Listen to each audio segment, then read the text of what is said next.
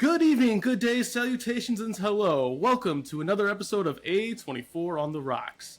I am your host tonight, Blaze Ryan, and I am again humbled and honored to be here along with my ragtag group of film aficionados. However, the recording will be a little brighter as we have a special guest to shine upon our podcast tonight. Also, it'll be an A24 OTR standing record of number of siblings brought on to our little show. My sister was brought on as an abortion expert, and Eric's sister a poker pioneer.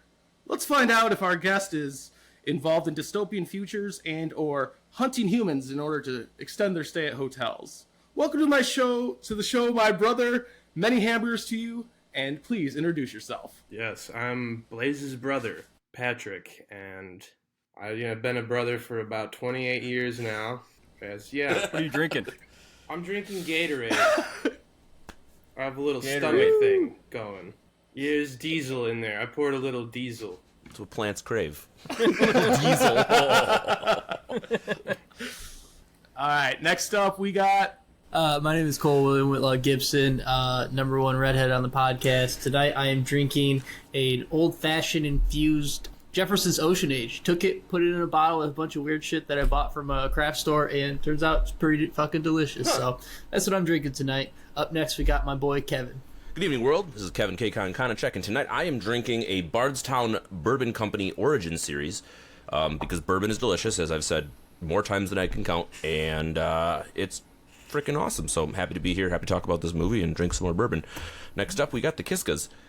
My name's Eric Kiska. I am drinking camping beer from Brew Detroit. I went camping a couple years ago and found this beer, and it was very good, and it really tastes like you're camping. Up next, we have the Marie Antoinette of film reviews. Do not guillotine her. This is Kelly. What's up, Kelly? Okay, that was odd intro, but this is Kelly. I am Eric's perfectly suited and matched partner. And wouldn't you like to know what our signature characteristic that we share I'm is very curious. tonight? Yeah. I am drinking a variation on a cocktail that my friend makes. I call it the Sonia Special. It is a little bit of Sprite that you give with tangerine, LaCroix, and most importantly, the alcohol, grapefruit vodka. It's refreshing, it's light, and very tasty. So once again, my name is Blaze, and I am drinking in honor of tonight's movie. It is a Coppertail Freedive Indian Pale Ale from one of my favorite Florida brewing companies.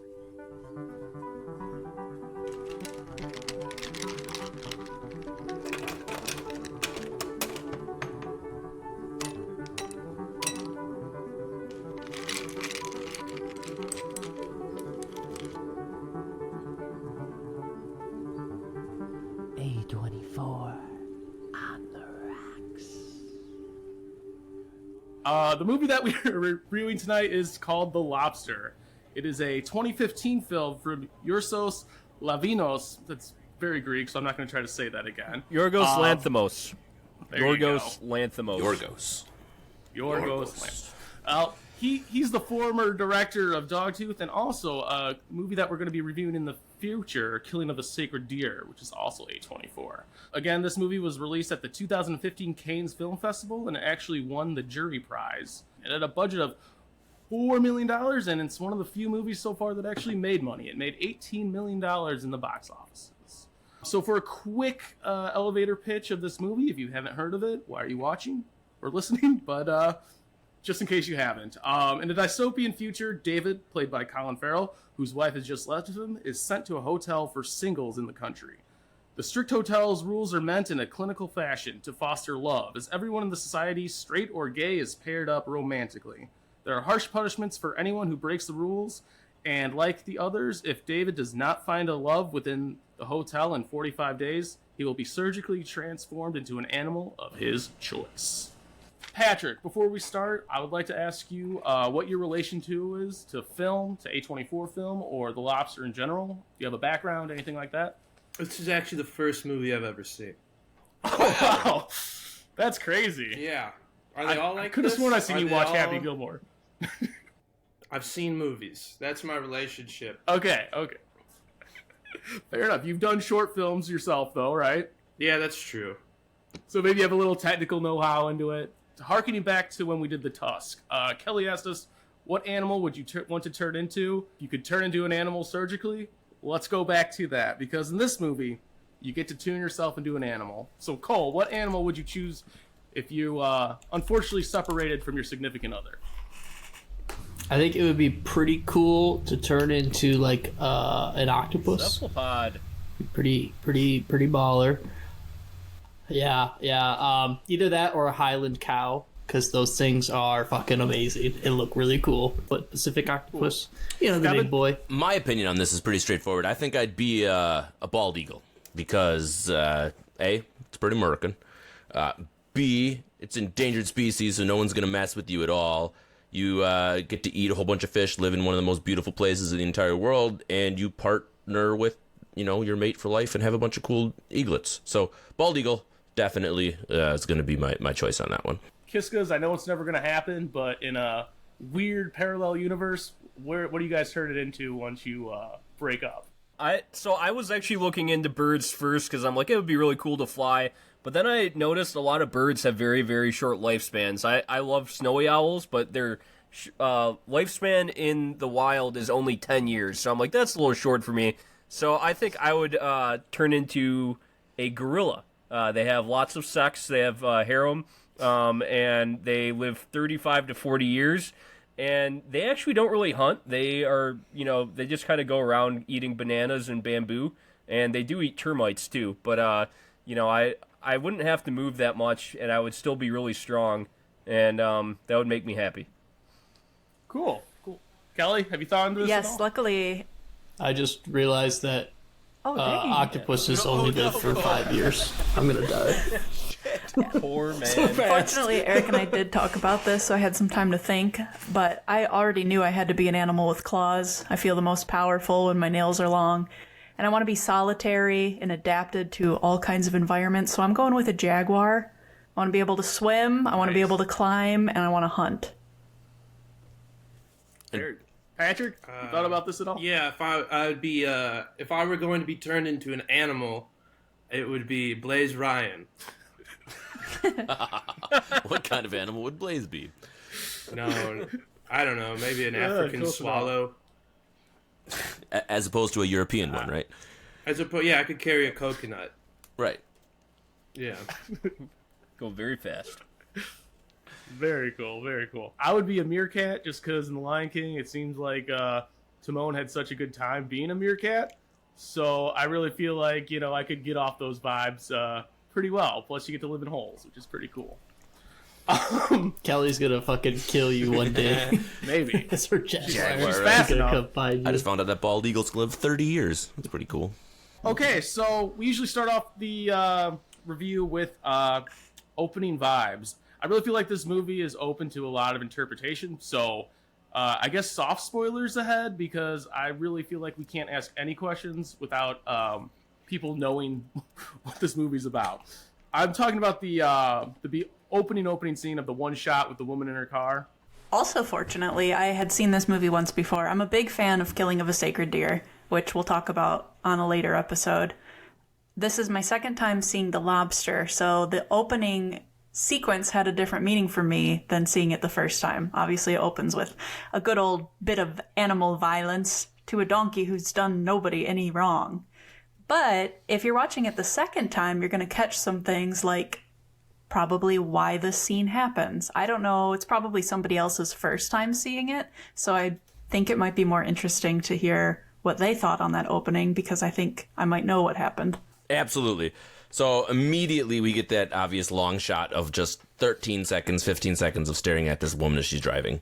My first thought is, what is she thinking? Like, what is she doing? Where is she going? So I obviously want to know what's in her head, because they're just doing the straight shot. And then, of course, she pulls out a revolver and shoots a donkey in the 3 times and walks away. And with all of these movies, I try my best. A, no trailers.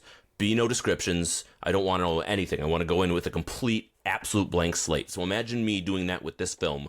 And that's the first 2 minutes, is a straight shot and then blowing a donkey's head off. Now, luckily for me, I've watched 30 whatever A24 movies by now, so I know that it's not abnormal anymore. That's very much kind of like expected to, oh, that's weird as hell. I bet I'm going to find out why later.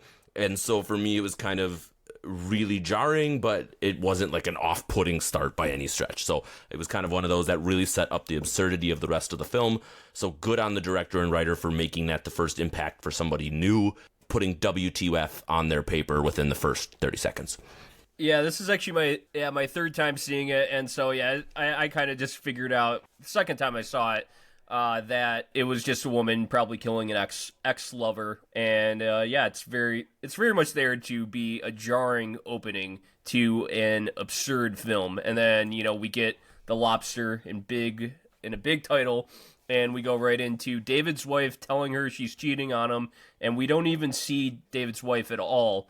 We just see him there, just kind of taking it in, almost very unemotional. That's obviously a big thing in this film, is all the characters are unemotional, which I'm sure we're going to get into the why later in the podcast. So as before stated, this is a movie that takes place in maybe a parallel universe, but definitely a dystopian future. Now, as someone who loves dystopian futures in cinema, from like Soylent Green to Judge Dredd, along those ilks, after watching this movie, Cole, how do you rank the livability of this movie? 1 to 10, 1 being like you're living in an iRobot and you don't even know a singularity is happening, and 10 being Snowpiercer and you're in the back of the train. Wow. For audio listeners, Cole just he just held his head in his hands. Yeah, it's like, why would you ask me that? You're talking about how much would you like the universe that was built in this film, and if I would like living in it compared to other dystopian futures. Okay. Yeah. How hard or easy would it be to live in? For me, I think it would be all right. I'm a pretty good hunter, pretty good shot. So worst case scenario, I'll just be living up, collecting all those days, no big deal. Best case scenario, you find someone, you live happily ever after and stuff. Definitely a little too clinical for me. The whole movie was very clinical, the way people interacted, but yeah, I mean, worst case scenario, I'm just out in the woods every night blasting with my boys, so I mean, it can't be that bad. What I really like about this kind of dystopian future is that usually these kind of stories are told from like technology's impact, like Ex Machina. That's kind of a world that could happen. And a lot of the times also it's very like class conscious and tells the story from that kind of perspective. This movie kind of strips away both of these factors, and it's just relationship based, and the way that the world sees you based on what your status is and what your like labels are, even as far as you can only be straight or gay like in this world too, and you get to live in a different area based on what your status is, and the way that then people behave in this kind of world, from faking their love in order to get out of a certain situation.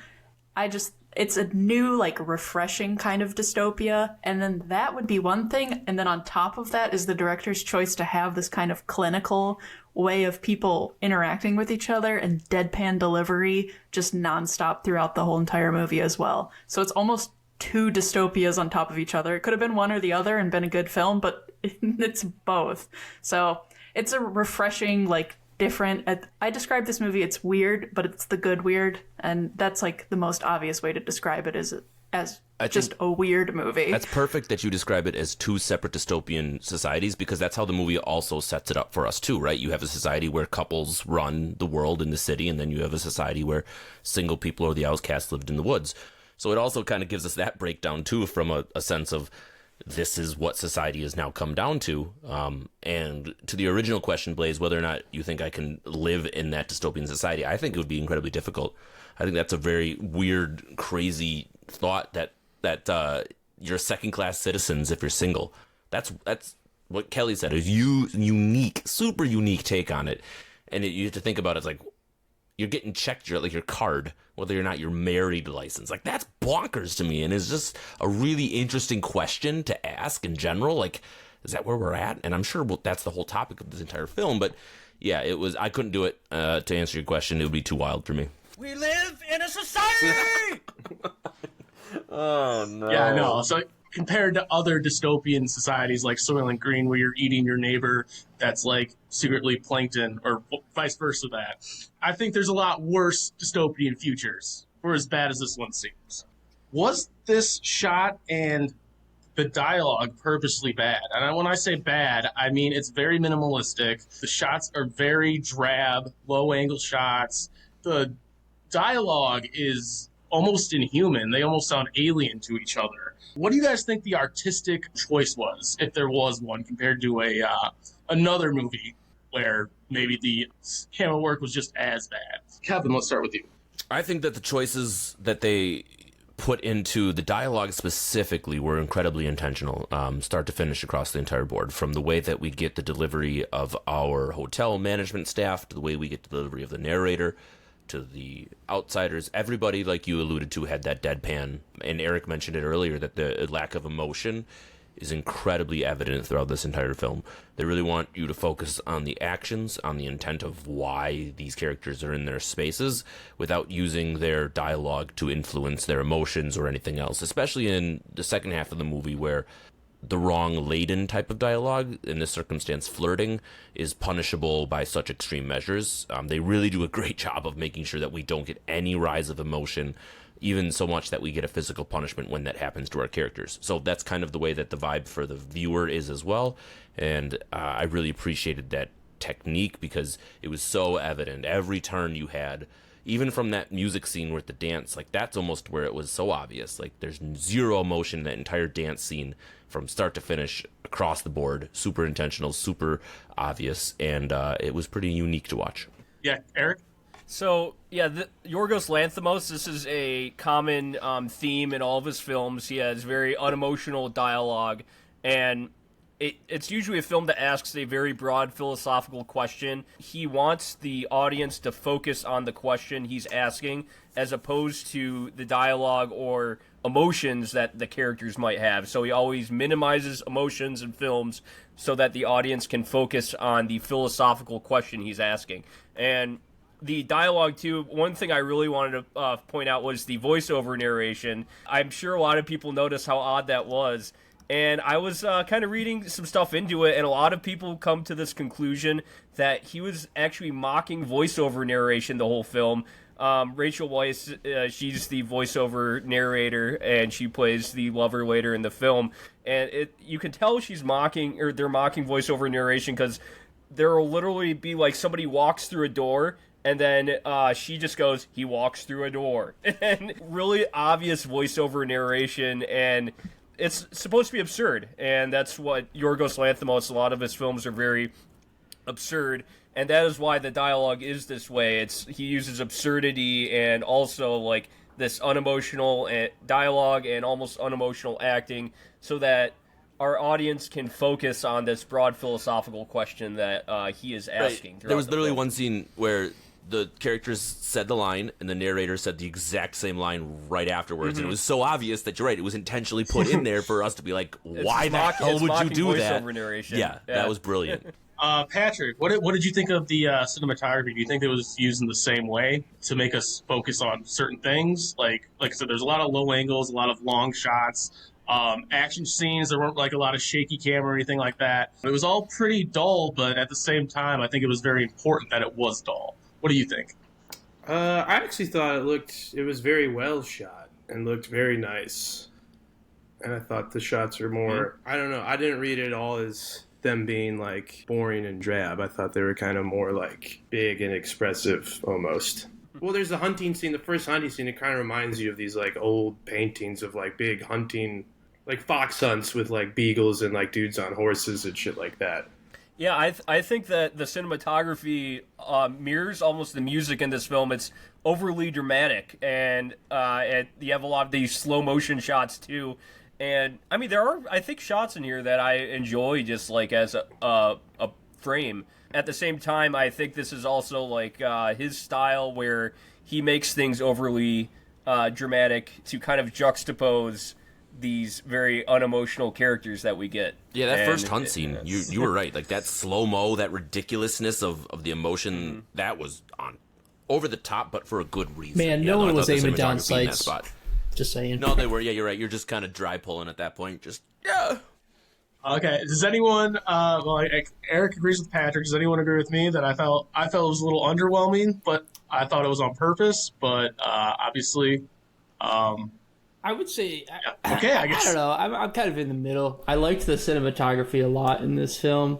I don't know if it overutilized, but it definitely went hard in like the long, just like pause frames where it just sits there for a long time, which goes into part of some of the stuff I didn't like. This movie was very long. I'm a big 90-minute movie fan. I think a lot of, I've said it a couple times before where it's 90 minutes and they just nail it. I'm all about it. This one, I think they could have done a 90-minute and nailed it. I still like it, but some of the shots were just way too long. But I did like the slow-mo first initial hunting scene shot was pretty funny. And then just the way that they used like the low camera angles, especially in some of the rooms and some of the shots, and how they would like cut people's faces off of, so you just have like no emotion to them, I thought was pretty cool. You hear that, Spielberg? Cole thinks Schindler's List should have been 90 minutes. Okay, you're the Lobster and Schindler's List. Way too long. I'm just Put him saying. on the spot. Schindler's List. Way too long. If you of a take movie. every single long pause in this film that is like 3 minutes, and you're like, you know what? Let's do it for 2 minutes. It'll still get the point across, and bam! I guarantee you got a 90-minute film here, buddy. Peter Jackson, Lord of the Rings. Can't way too disagree long. with you at all, Cole. You could have cut out way more of LOTR. Are you telling me that in LOTR there's just scenes where Frodo is just like standing there? I mean, there's a lot of scenes. I'm not of, done yet. There's a lot of Eric, Frodo I'm being not done yet. Frodo-y. See, you already cut me off early. That's how. See, you can't even wait. We are. What, we're using the acronym LOTR, and we're talking about shortening things. Come on, let's go.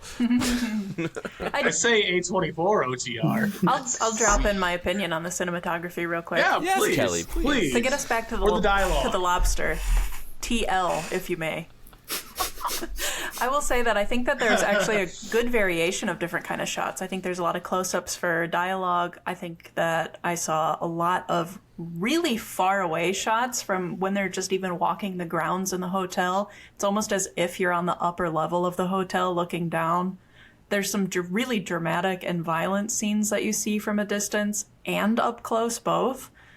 Within the city, I think that there's a different type of style and filter that we're seeing the world through as well. So also the chase scene too. I know we're not fully through the plot or anything, but there's a chase that kind of happens throughout the hotel. And that's shot to me in a very interesting way with a lot of like downward shots through the staircases, which you see in a lot of films, and I think that there's a reason. It's a really interesting way to look at what a chase scene means, but all these kind of things I think are incorporated, and I think that the cinematography was quite good. Yeah, I think it was good too, just so everyone knows. Yeah, Kevin? Yeah, I mean, since I don't think we're going to come back to cinematography while this, I want to touch on a couple of the pieces that I really enjoyed about it. Oh, watch me, motherfucker. Oh, well, I mean, right, and if you don't want me to drop on you yet, that's fine. I just think in general... No, this is carte blanche. Go ahead. I think the use of some color saturation stuff was really important in this film, especially around the use of blood. And we kind of get it in some extreme scenes, and maybe we'll touch on it later as we get in the plot, but the intricate uses of using it against some drab backgrounds and the focus on it in certain scenes really made it jump out in general. I liked Kelly's comment on the difference between the city life viewing and the rest of the film. That was really important for me, because as you're leaving this security, or not even security, but the other setting completely, and finding yourself in this one, it's really important to make sure the viewer gets that there's a difference between those two settings, and that was really important. So that was a good job on that. So yeah. No, absolutely. You could definitely tell the difference between the forest and how wet and yucky it was, how prim and proper the hotel was, and how sterile and corporate the city was. So I thought they did a really good job at that, too, as far as the color palettes go, at least. One of the main themes, I should say, is relationships and how they are viewed as very superficial and skin deep. Whether it's, you have a partner because you both have a limp, you're both nearsighted, you both bleed out the nose, you both love butter biscuits, whatever it is. What do you guys think the significance of this surface level importance of a relationship is? Do you think there was a bigger allegory being painted within this allegory, I guess? Or is it, what do you think of their stress on, like, skin deep relationships? Cole, let's start with you. Yeah, I think it was definitely kind of a mocking of kind of those like tropes that you see in films and stuff like that, of people that meet each other and they're like, oh my God, do you like olives? No, I hate olives. Well, I love olives. Oh, well, you can always have my olives. We're going to be perfect for each other. Like that kind of like, kind of dumb shit where it's like, why do you guys work together? And it's like, well, he eats all my olives, so life is going to be good. I thought it was quite comical. I thought it was funny the way that they made, like, this movie was so clinical, and I'm probably going to say that word a million times during this, but it was just so bland and so dry, and everything was very, like, almost medical in the way they talked. And then they're just like, yeah, I get nosebleeds too. Wow, really? Yeah. I think we're gonna. Let's fall in love. I think we're gonna be in love. 'Cause, I mean, if you don't, 6 weeks later, you're turning into a freaking chimpanzee. Well, yeah, and that's where obviously it gets into the loners versus the non-loners societal battle of, everyone's just pretending to fall in love so they don't have to fucking turn into animals, or just a million dogs running around. Eric, but what do you think was there anything more to the superficial relationships that was shown in the film? Yeah, I mean, I think this whole film, we'll just cut to it. It's about kind of societal pressures on people to be in relationships, and it kind of asks, like, why isn't okay to be single? And then on the opposite end of the spectrum, these people that are, like, very committed to being single all the time, why isn't it okay to be in a relationship? It's kind of like pitting the two against each other. And the pressures to be in a relationship can lead people to lying to their significant others, tricking them into, falling in love with them. And then that whole relationship will be based on a lie. And throughout this film, we follow David. He goes from a person being single but being on the market to a person being in a relationship that's based on a lie. That is the sociopathic woman, which I love when he kicks the little girl. I know Cole loved that scene because he doesn't like children. And, and then we have a person purposely being a loner. We'll skip towards the end, somebody being infatuated with somebody. And throughout the film, though, like, this main character is kind of constantly lying to people to kind of fit in. And I think it just has a lot to do with the societal pressures that are placed on people as they grow older. And, it's almost looked like as weird to be, I don't know, just not one or the other. It asks that question in a very absurd, dystopian way. Very nice. That's a great answer. Yeah, I will say. Does anyone else? I do want to comment. This movie is branded as a dark comedy. I did not laugh out loud in any scene besides when he just straight up kicked that kid. I absolutely just lost it in my hotel room alone. Definitely the highlight of the movie. The only other scene I'll comment on, Cole, was the electric dance party. Oh, with that was another. zero That was noise. a good one. I laughed out loud. But to answer your question, was there an allegory? Yes, absolutely, 100%. This was very much when you're done watching it, or as you're watching it, are you asking yourself this question? Do you agree or disagree with the societal pressures? And we interestingly get to see all of the options, which I love. Like you mentioned, we get that couple option, we get the single option, we get to decide if you want to have kids in there. Like, this clinical setup of this movie, like Cole alluded to, is so brilliant because you can actually see this happening somewhere in the near future, in the sense that societal pressures on couples are real. It's a real thing. And that was kind of a cool aspect of it, but took it to a big extreme. Yeah, I kind of thought, I don't know, I think there's some kind of, truth to, like, wanting to be with someone who has something in common with you. Yeah. I don't think that was that ridiculous and absurd. Well, maybe the way they over-satirized it? Yeah, it's the way they focused on it a lot. I mean, you don't think there was a point to it? Like, that's... No, I definitely think there was a point to it in, like, the sense that, like, your relationship's built on a lie and stuff. You wear glasses, Patrick? No, I don't. In your side?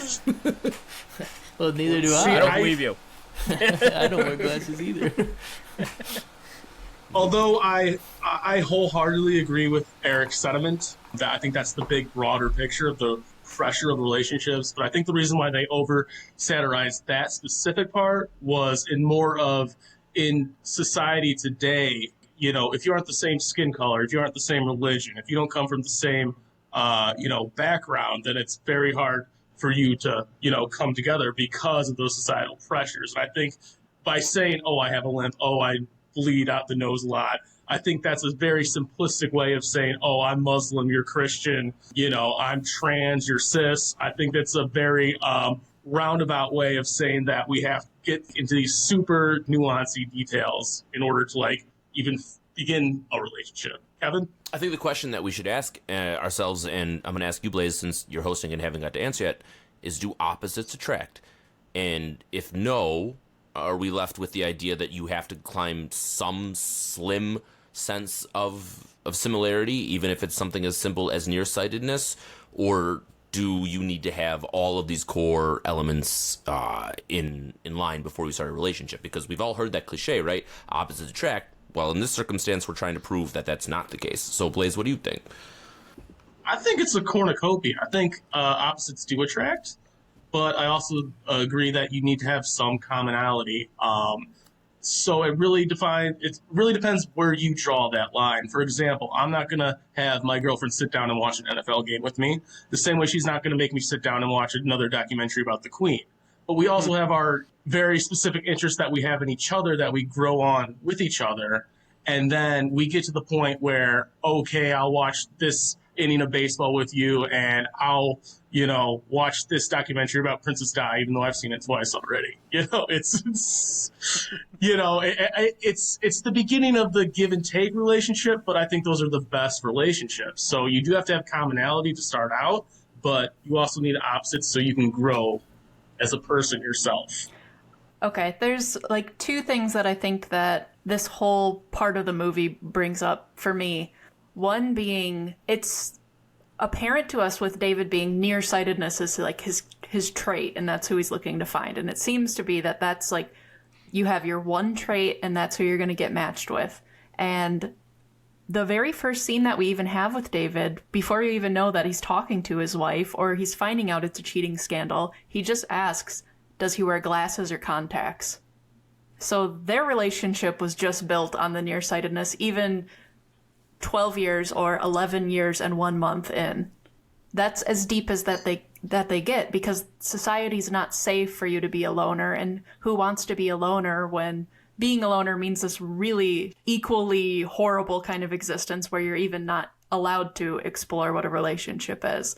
And so he goes out of his way to try to find somebody who is or isn't nearsighted, or he's going to do harm to himself by pretending to fall for this heartless woman when he's not himself heartless, and how much that hurts him. And you see his friend purposely giving himself nosebleeds in order to get with a woman. So I think the second thing that this whole thing brings up is the kind of, and I don't think a lot of movies bring this up, but the kind of self-infliction that men will put on themselves just to try to find a woman that they can relate to. And I think a lot of movies want to bring up, I can say this because I'm the one woman on this podcast, so no other woman can disagree with me right now, but a lot of movies kind of want to give us the woman's perspective of this whole dating scene, but not a lot want to give us maybe the men's perspective. And as clinical and cold as this movie might be in dialect, I think that it does kind of raise some interest and awareness to what do men put themselves through to find a woman, because who does want to be single in their older age, and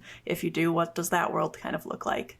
I don't want to spin too much, but we talked about the idea of representing yourself a little bit differently in order to have a good relationship, and I think it's very, very obvious in this movie that you have to represent yourself a certain way to survive.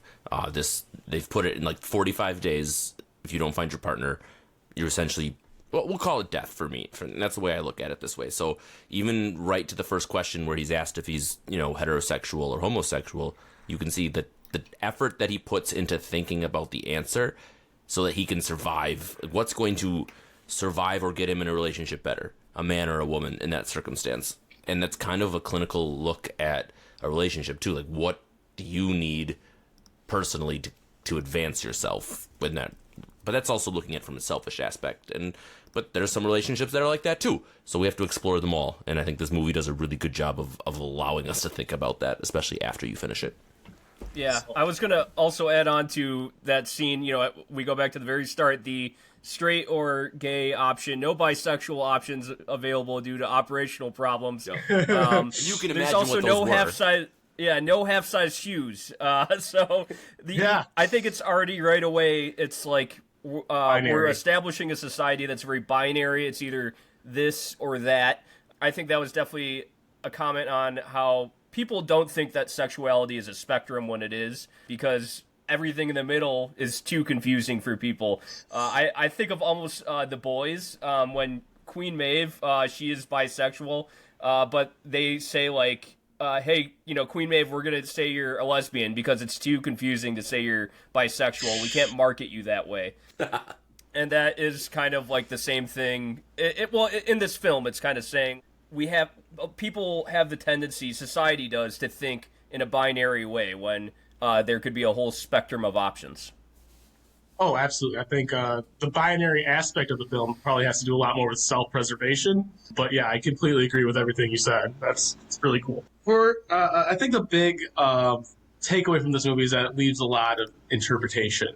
Threads aren't closed in this movie. So the movie has, for every character that we don't see die or turn into an animal, their stories are lived open-ended.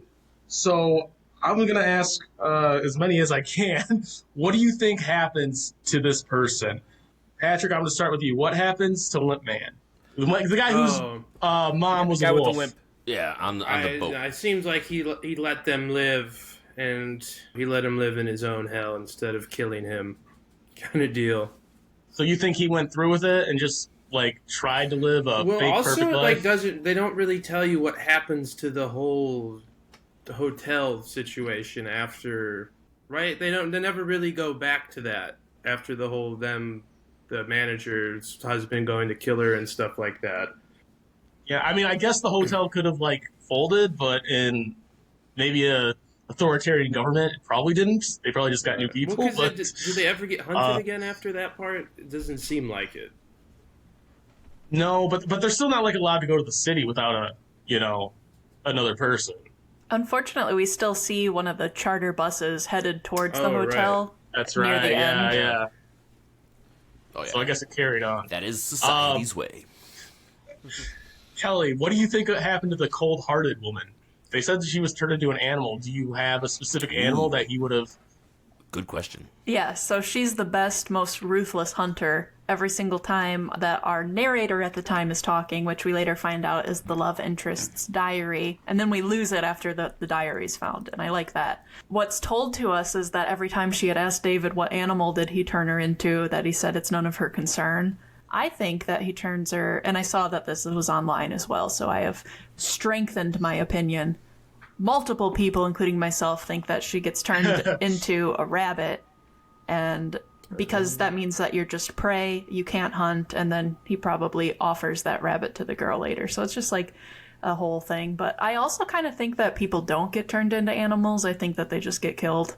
Oh, you think it's like a Giver situation? Not super familiar with Giver, but I think We all read The Givers. Yeah, but ask me to tell you the plot right now. I never read it. They euthanize old people. They say they go to a better color place. I remember that now. Yeah, Thanks. other than the girl with the really nice blonde hair, and then we see the blonde pony later and in the woods later, that makes it kind of more convincing that there are the animals out there, but there's obviously no love for the animals that live in the world, knowing that a lot of them were humans in a past life, which, here's my little vegan soapbox. What do you think about that? Anyways, I think either people just die or she got turned into a rabbit. All right, Eric, what do you think happened to Lisping Man, our good friend John C. Reilly? He totally turned into an animal. He was doomed. He got left in the woods with, just in his boxers after he couldn't kill Colin Farrell, Dave. And, okay, that scene, Kelly and I both looked at each other, and we were just talking about Colin Farrell's kind of acting job in this film. He's very much like Napoleon Dynamite in this film. And that whole scene reminded me of a Napoleon Dynamite and Kip altercation. It's just they kind of have a conflict, but then they get kind of off on the side tangent, and then Napoleon Dynamite just slaps him in the face, or in this sense, Dave. Or wait, doesn't Rachel Weisz, she stabs him, and then yeah. and then Dave comes up and hits him with the drink, and either way, I think he's screwed. He definitely he became single, and then I think Limping Man, those two broke up. Way that easily the nosebleed girl was like looking at him, I think she was like, "You're lying to me," and that was it. I don't think we have the best outcomes for people in this film. I actually agree with Patrick. I think they continue to go down the lie rabbit hole, because when her daughter gave her the knife to like kill him, mommy, she like had the knife out like this, ready to stab him, because that was her way out. Because if she breaks up with him now, then they're both back at square one. So I think she was too far down. Kill Dave, though. She gave the wife the knife to kill Dave. Right, to preserve the relationship. Yeah. Okay. Yeah. Well, I mean, the kid was... Yeah, and probably the kids are the kids from foster care, in theory, if we look at it from this circumstance. Like, they have a bevy of kids that they're ready just to hand out to problem couples. That's probably a societal way of dealing with kids that don't have parents. I mean, if you don't have a partner, what do you think parenting is looked at in this society? Like, crazy pants, I'm sure. I love the certain like comments that are made, like if there's trouble in the relationship, we assign them a child. That always helps. Like that delivery, or a lot of people pick dogs. That's why there's so many dogs in the world. Like there's many times that like this is just given to us very matter of fact, and I'm like, oh yeah, that makes sense. Yeah, and you believe it as Bible, and that's it. Yeah. Is that why no one picked dog when we asked what animal you would become? Right. Yeah, I don't want to be kicked to death by a French lady. I was not prepared. Reilly, when he gets caught masturbating. Yeah. Dude, that scene was interesting. That was brutal. Putting the hand in the toaster, and then Olivia Colman comes up to him and just says, I'd be ogling the horse because he was a weak and cowardly man like you. And, just the shame around masturbation. Dude, that is so funny. Yeah. And then the other thing that also made me laugh very hard was that the men need like a daily lap dance just because it helps them find their partner. Right. And it's like, this is just like very matter of fact kind of thing. And Colin Farrell's just like, because it was intentional blue balling. That's just awful. Yeah, right. Oh, it's horseshit. Like intentional blue balling. Or something, so you have to think about having an orgasm, and the only way to do that is to get a partner. Like, what's funny too, not to be like too vulgar, but I thought that it meant like every day that the men get like, sorry guys, but like released so that they could find a partner with a clear head. No, because the second one, he's like, can't you go a little bit longer? And she's like, no, and just walks out of the room. And he's like, this is horrible. So yeah, no, that's blue balls, for sure.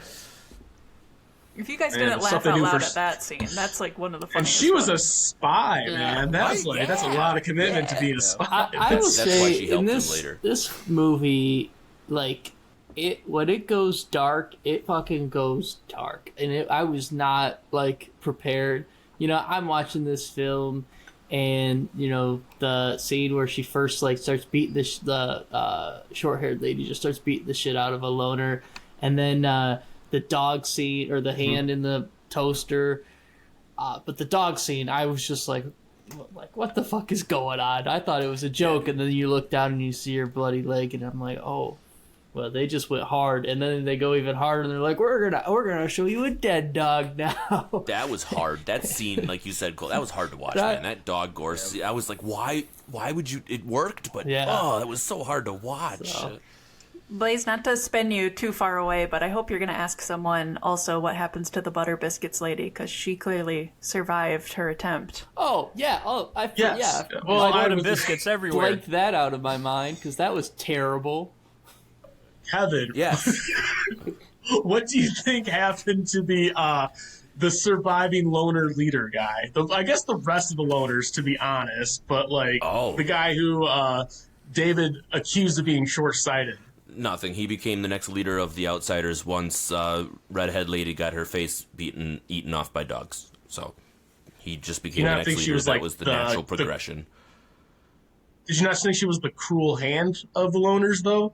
I think she was the societal's representation of a leader kind of establishing themselves regardless of the situation. So there's going to be a hierarchy no matter what. So they kind of showed that even loners, single people in this circumstance, have some sort of leadership and hierarchy. So I think there was always going to be someone. There was always going to be that leader who was enforcing the rules regardless.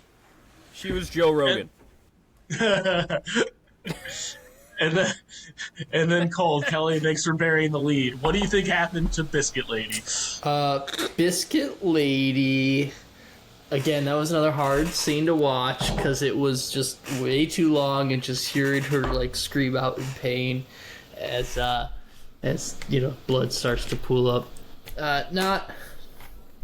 I mean, I think she survived, and given the fact that they can medically turn people into animals, they probably have a pretty good shot at just keeping people alive that probably shouldn't be still alive.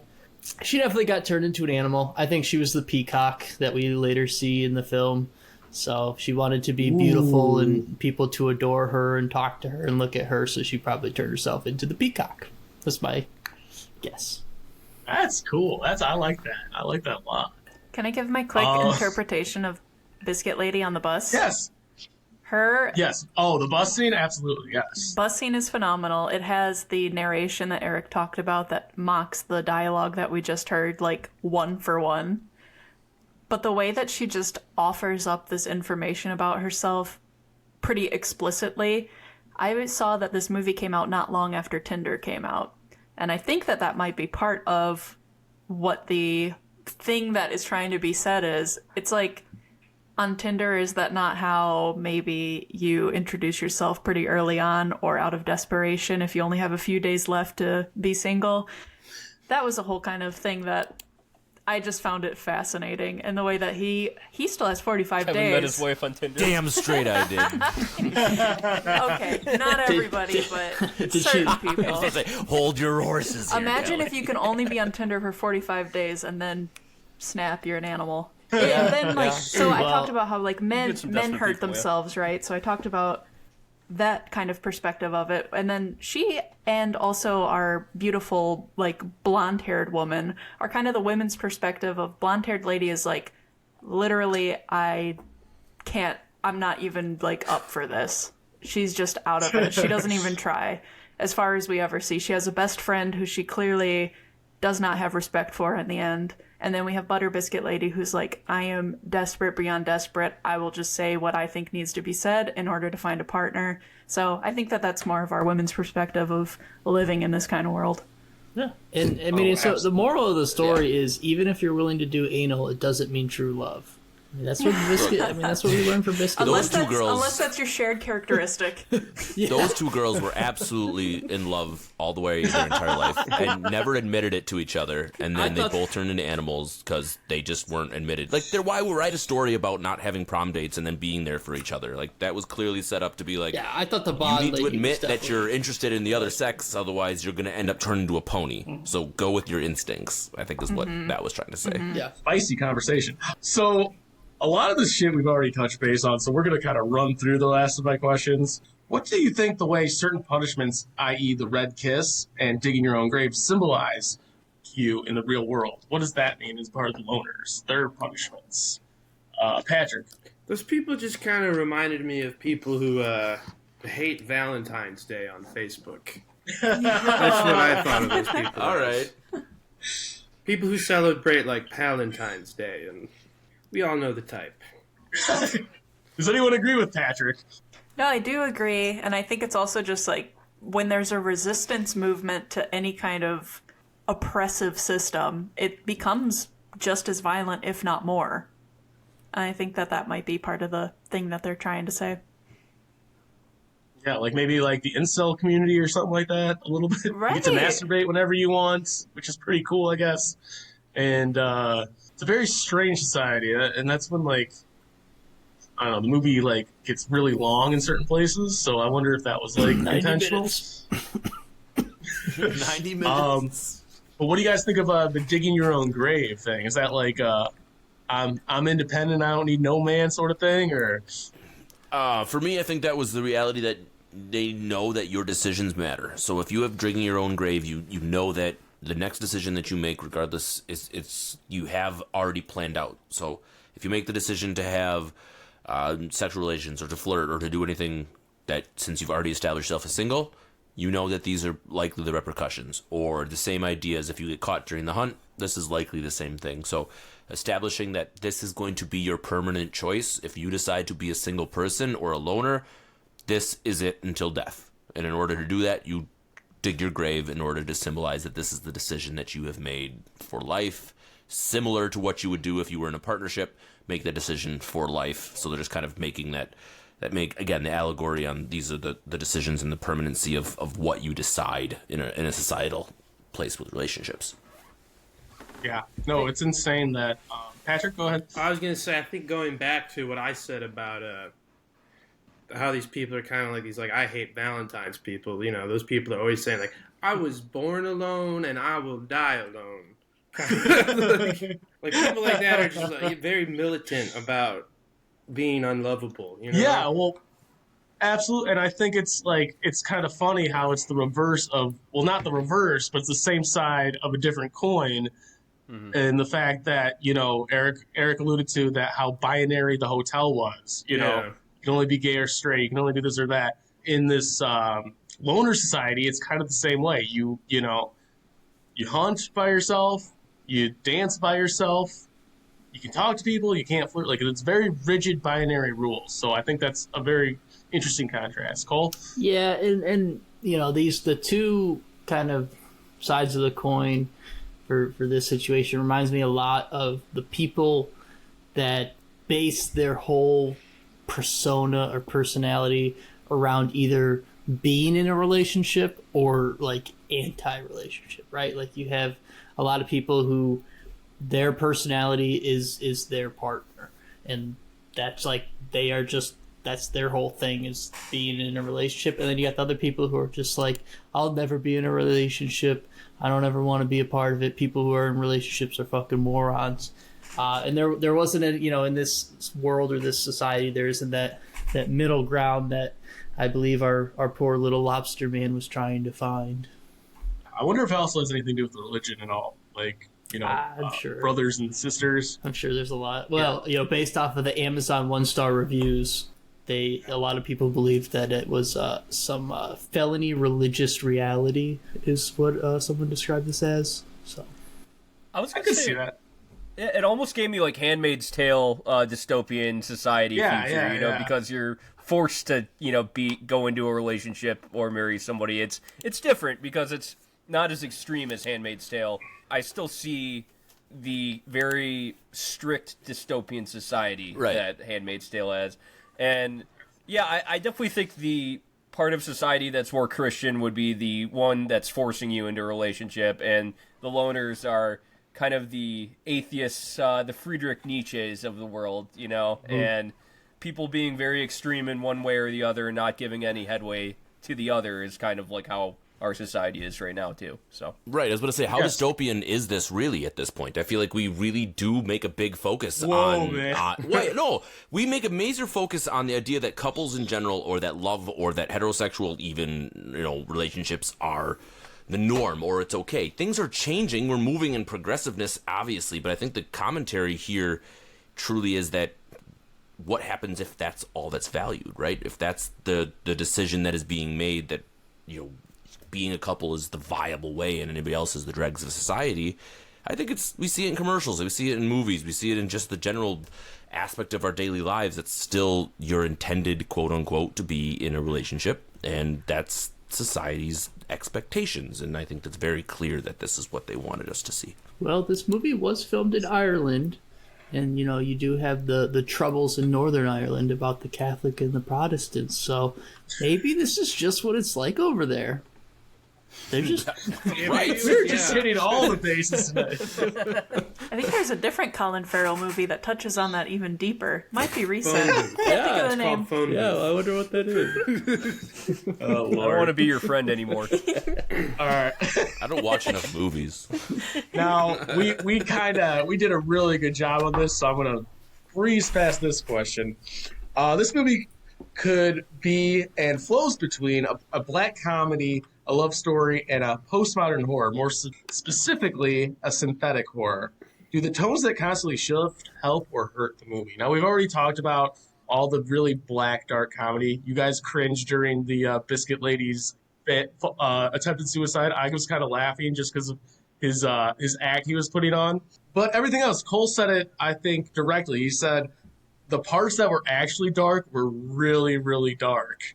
I think it really worked for me. It's extremely dark, and we've talked about all the dark parts, but for me, I laughed out loud probably like every 20 minutes or more. I found this movie to be like hilarious.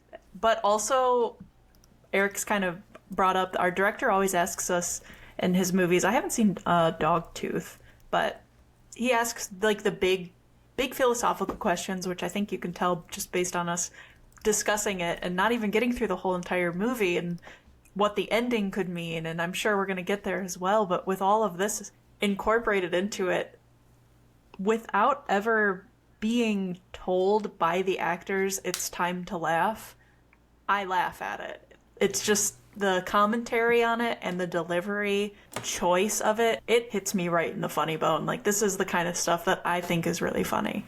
Totally agree. I was laughing so much in this movie, more than, certain straight comedies, like I like when they're just making out on the leader's couch while their parents are playing music. I was on the floor laughing. I thought that was one of the funniest things. And then I don't think I've laughed so hard this year. We've already talked about it, but when Colin Farrell kicks the girl and says, "Now you'll be more like your dad," I thought that was the funniest shit on the planet. Like, it was hilarious. Now, does anyone? Was just like classic slapstick. Yeah. Yeah. Does anyone feel the complete opposite? Slapstick. Like, Kevin already said that it was kind of hard to track, I guess, which is very true. But did anyone feel like it totally ruined the movie for them? I feel like all the shifts made it feel like it was that long of a movie. Okay, Kevin, it's time for the obligatory music question. The music soundtrack of this movie was very piano and string heavy, with Apo Messa Prometheus, which is a Greek composer, Danae, and to our old friend Strauss. And even they threw in some Nick and the Bad Seeds featuring Kylie Minogue. What do you think the music did for this movie, Kevin? Were you a fan? Yes. Long story short, I think they did a very, very good job of using what we talk about as those anxious level strings. So when we get a lot of the violin work, a lot of the classical music, it definitely poses a certain emotional element to it. I love that they use the big hitters in this one, like you already alluded to. We talked about, Beethoven and Stravinsky and Strauss and Shostakovich and a lot of these big, huge names. So they're taking pretty well-recognized pieces and working them into it. I did enjoy Where the Wild Roses Grow as far as a kind of a lyric piece. I had no idea what that song was until I kind of looked at it after the fact, and I thought that was really unique there. They did a really good job of blending the music together, and then even using that absurdity of the electronic dance music as being the only form of genre music that the outsiders can use. It's almost like making commentary that EDM apparently is not music, or is the single version of music. So we've got classical music as what the couples use or what the people may use if you're normal society, but those on the outskirts of society are listening to EDM and jamming in that circumstance. I kind of wish we would have gotten a little bit of EDM in there as kind of a side piece, but I do understand that we're not going to let you hear it because it's not meant for you. It's not meant for the viewer because this is the offside of things. So music was great. Did a great job of putting the emotion on side of things. They used some pretty famous pieces, and I just enjoyed kind of the emotion driving that they used in that. Patrick is the other music guy. I mean, Patrick was in a punk band and hardcore band, but I think that's very valid. What did you think of the soundtrack? Did it help with the ambiance of the movie? Yeah, I think in some places it did. Like, to go back to the first hunting scene, I think the music kind of, like how I said, it was kind of like this like epic hunting painting. It kind of really fed back into that. Agreed. It's this suspenseful classical, and there's something that we'll say in design, which is like really good, especially like user interface design, is things that you don't notice. And right. You only notice it when it's bad, or it kind of like stands out as like something wrong. It gave the tone, it fit the scene, it worked with it. And I don't mean to put words in your mouth, Patrick, but that's kind of what I hear from it. And that's the feeling that I got from the movie as well. And it's just that like suspenseful strings. Eric and I brought up HBO's like show Succession kind of features the same kind of like music, and it's a similar kind of tone. So I thought that it was a good match. Oh, absolutely. I do want to say though, I think I agree with all of you, but the when they were string heavy, like that Apo Mesa Pathapius, I'm sorry, I'm totally butchering that. I thought that was like the perfect. I think that was the hunt scene actually, because it was very, very like loud, high strings, and it really made you like perk up. It was like when we had talked about The Witch a couple weeks ago. Those very high notes they hit when they really needed to, and everything else was very wonderful mood-setting background settings. Anyways, let's get to the ending of this movie. I think this is one of the hottest points of contention, probably with every moviegoer. So the ending scene, even as stated by the director, was meant to be left up to the audience's interpretation. He did not want to give away the ending. He will not give away the ending because he says there is no ending. But considering how the movie ends with the nearsighted lady, or now I guess blind lady, waiting for David to gouge out his eyes so they could have something in common, they hold still for 2 minutes and then it goes to black. What do you guys think of this ending? What happens between blind lady and potentially blind man? Cole, it's been a second. Let's hear you. I think, given David or Colin Farrell's character throughout this film, I think he probably does it. I think he probably just goes ahead and fucking stabs himself. He wants love. He wants to love this person. And I think he does truly love this person, but the only way he knows how to express it is, with his stupid eyes. So I think he goes ahead and does it. Usually I kind of like those kind of endings where it's up to interpretation and stuff. But I don't know. I felt like I would have liked, maybe a scream or two thrown in the mix. I was just, again, 2 minutes of just real long, drawn-out shots that I had seen a lot of. And I'm not going to lie, it sort of just kind of, did, the 15 seconds. 15 seconds, okay, still nothing. Still nothing. Oh, okay. Cool. Well, this movie's done. So... Ending. So that's one vote for blind. Eric? Yeah. So, I think Yorgos Lanthimos doesn't want us to have an answer. No shit. He didn't do anything. He just shot up. He just killed the person sitting there.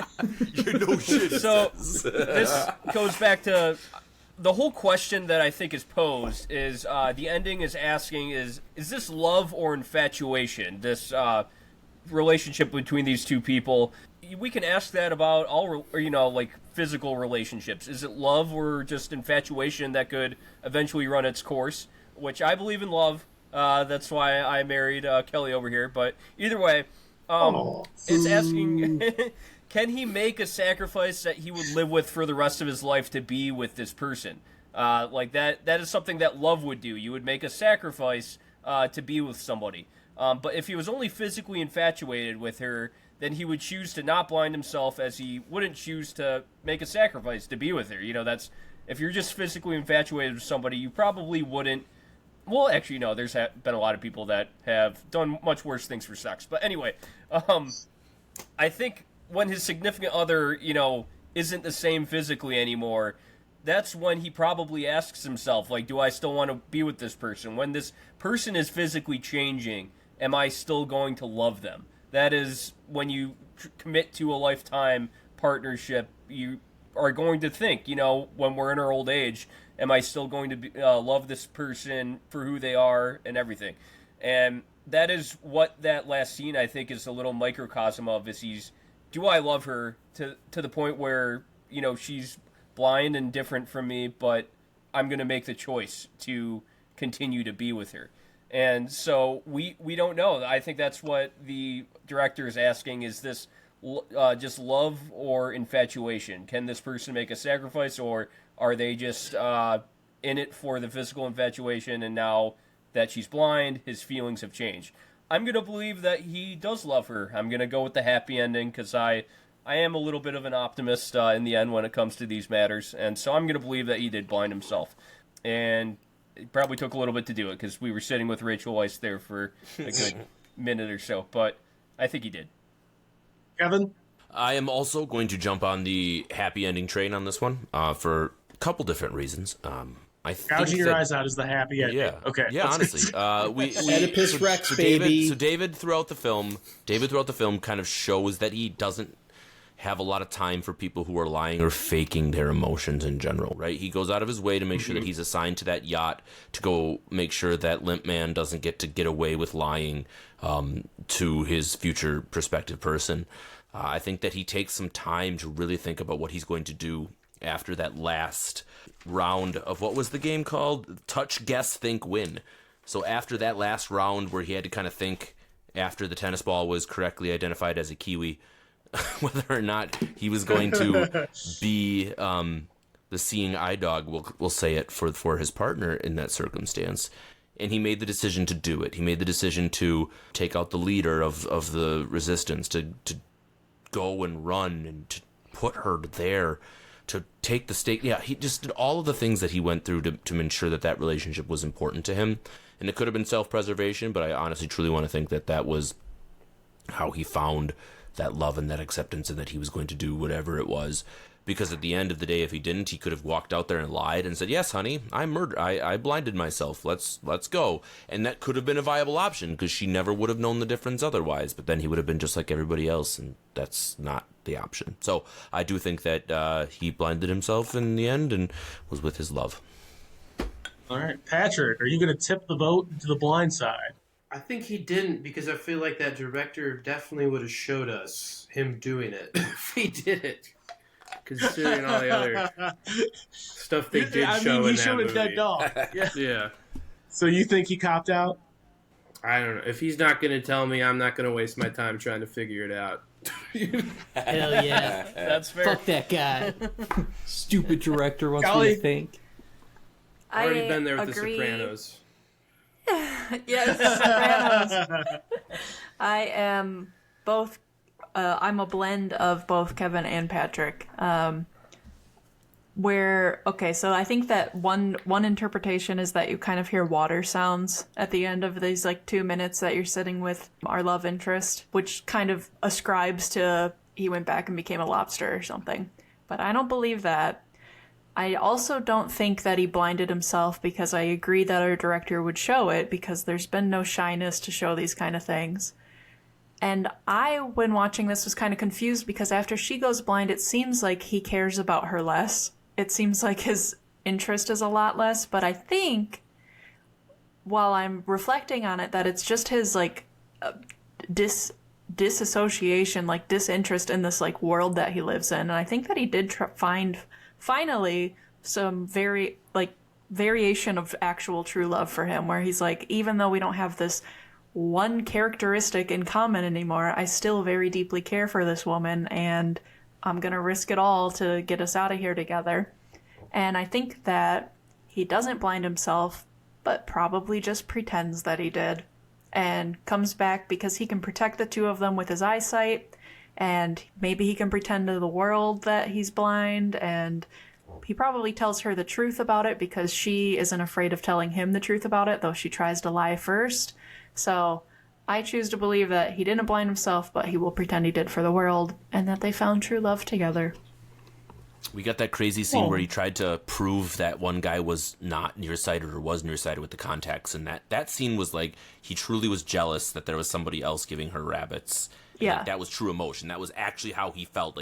That wasn't, I'm going to do this because I want to better myself. It was I am angry as hell that the person that I'm falling for is now apparently with somebody else. So I agree with Kelly in that sense. Yeah, and that's finally something where I think that when you do love somebody, you love the difference between you and them. So the fact that she loves rabbits, and we never have any indication on how David feels about eating rabbits, but we hear in detail how much she does, and then his jealousy shows for that, and he knows that is a characteristic of her, and wants to be the one that gives her rabbits and doesn't want anyone else to do it for her.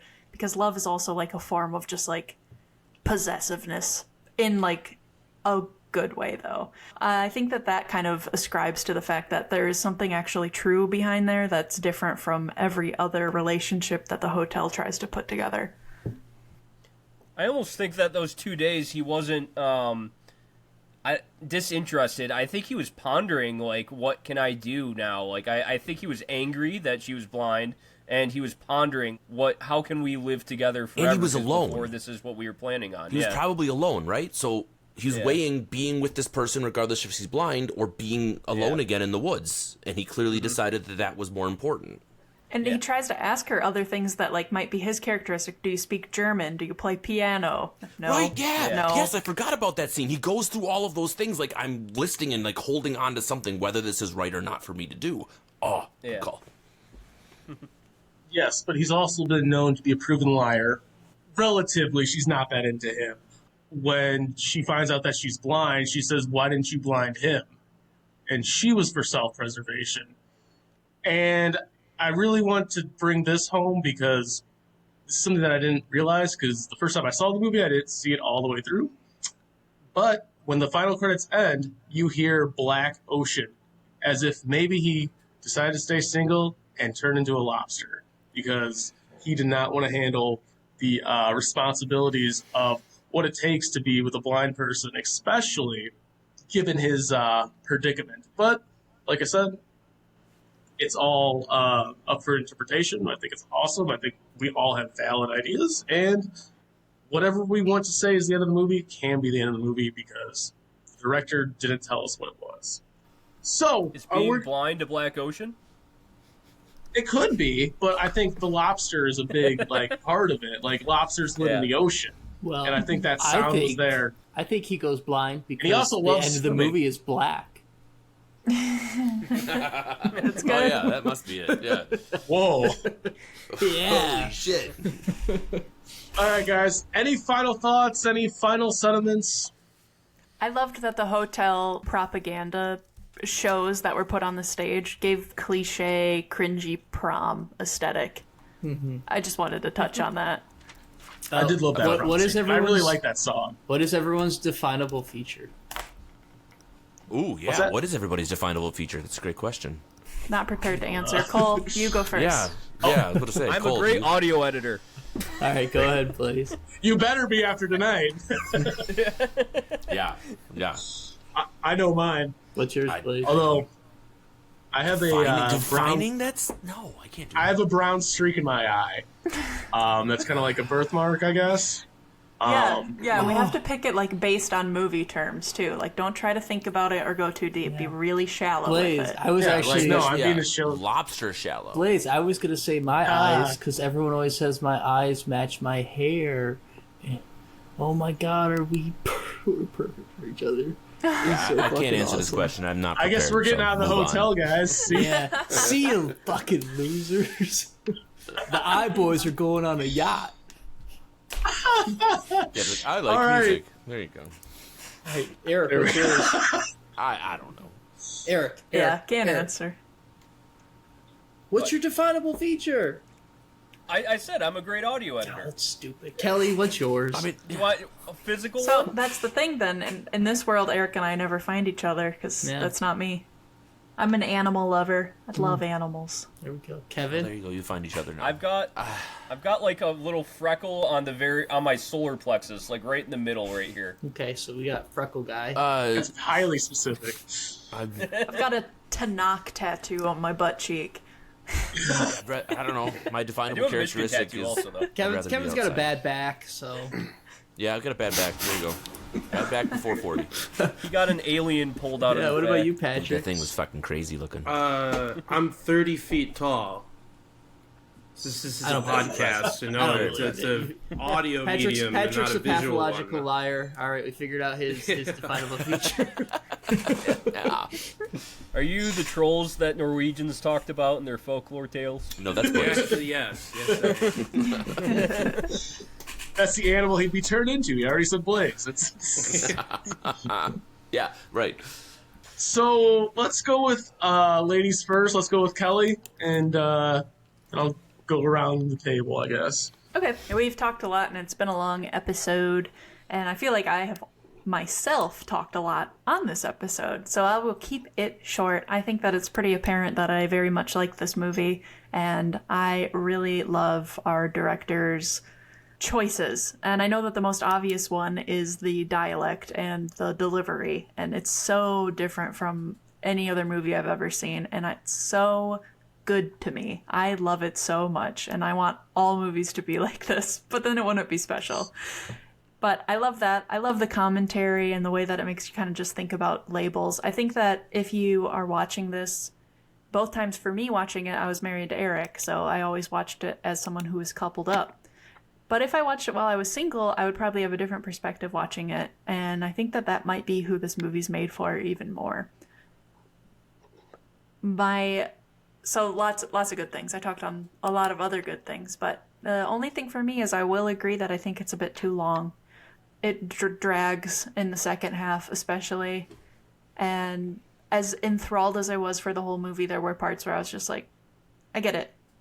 We can move on just a little bit quicker with the pacing. So for that, it doesn't reach like the perfect realm for me, but it is really good and something that I would recommend only to specific people. And I'm sure you all know, like, you can't recommend this to everybody, but just some. Anyways, all this said, it's a solid B24 from me. B24 from Kel. All right, Patrick, our esteemed guest of honor, who we're going to roast after this. I thought it was fine. It was really long. Not really long. That's not fair. It was just too long. I don't know. I've seen Dogtooth, and I think I liked that movie better. Yeah, I'll give it a C24. C24. Very good. Kevin, can you split the difference? I always love it when someone goes first before me and puts the letter grade that I had in my head down, because that validates my viewership a little bit more. So this movie in general, I have never watched a movie where I said, what the fuck is going on, more than while I was watching this movie. And I mean that with a lot of good things, but there was so many times on my notes where I was just like, WTF, what am I seeing, what am I watching? And when it wrapped it up with a nice little bow at the end, you kind of get a really good perspective of what you're viewing and what you're seeing. This very much falls into line with what A24 was giving me in general. For our listening audience, I was the non-A24 person coming into this podcast. I had never really seen any of them and had no idea what the vibe was like. I've gotten a pretty good idea over these last 30-some movies of what I'm kind of getting myself into, and this movie very much fits that vibe in general, from the opening credits to the very end, or the opening scene to the very end credits. We kind of get that same vibe across. We've touched on a lot of different things, from the way we think that this movie had a lot of themes to made us feel certain ways. That's always important. We talk about that all the time with our movie reviews. If the movie makes you feel, that means it was a pretty decent movie. And in this circumstance, I think it did a good job. I won't harp on our criticisms too much. I agree with you guys that it was a little bit lengthy, and some of the absurdist moments had me questioning kind of where this movie was going, but it did redeem itself in the end. I like the acting choice, like the soundtrack choice. I do want to watch it again because I want to watch it already knowing the big reveals and the big secrets. I want to know kind of from the very beginning what that looks like. And then I can ask myself some of the same questions we asked ourselves in this podcast, which is pretty cool too. So I'm looking forward to listening to a backdoor episode, watching the movie again, and kind of seeing how that whole thing flies. So I will recommend it to people. I do think it has rewatchability, and in general, I did enjoy it. So it does get a B24 as well from me. All right, Mr. Eric Kiska, come on down. All right, so I definitely think your opinion of this movie probably comes down to your enjoyment of Yorgos Lanthimos' directorial style. And in this day and age, I always give points to directors that are auteurs, that have their own style. And I love movies that make you think and give you questions to ponder. You know, that's what A24 is kind of known for. That's why I love A24. That's why we do this podcast, is their movies give you questions to ponder. I really do actually enjoy Yorgos Lanthimos' style and his style of film. But because I know this director's trademarks and what his potential is, I actually have something to judge this off of and kind of compare to, and that's The Killing of a Sacred Deer. Mm-hmm. And The Killing of a Sacred Deer is like one of my favorite A24 films, and I know this director's potential and how good he can be, and this movie didn't quite reach that potential for me. I don't think that like I'm gonna knock it that much, because I feel like there was way more potential for this film, and I like the theme of this film. I like the it's unique dystopian world that is created. I like the acting and the overly dramatic classical music. I like all these things, but I just think that the potential for more was there, and I know that this director has more potential. So I'm gonna put this down to a B24, just like Kevin and Kelly. Used a lot of words just to agree with them, but yeah, that's where I'm gonna land at. That's usually how we do this podcast. We say a lot of words to agree with each other. All right, Mr. Canady, can you lift up this GPA? No. That makes sense. I mean, I enjoyed this film, but like I already alluded to and what we've already talked about, it was way too long. The last act of this film, when they got into the loners club and stuff, I felt like that should have been much more condensed, but it was drawn out much more. I preferred the first, half where he was in the hotel and in that kind of interesting society. The loners, just like after the first 15 minutes of the loners club group, I got it. I was like, okay, these guys are also crazy, but they're just the loners versions. And then it just kept going, and then they went to the city, and then they went to the city, and then they went to the city. I was like, okay, let's move on. I enjoyed some of the comedy.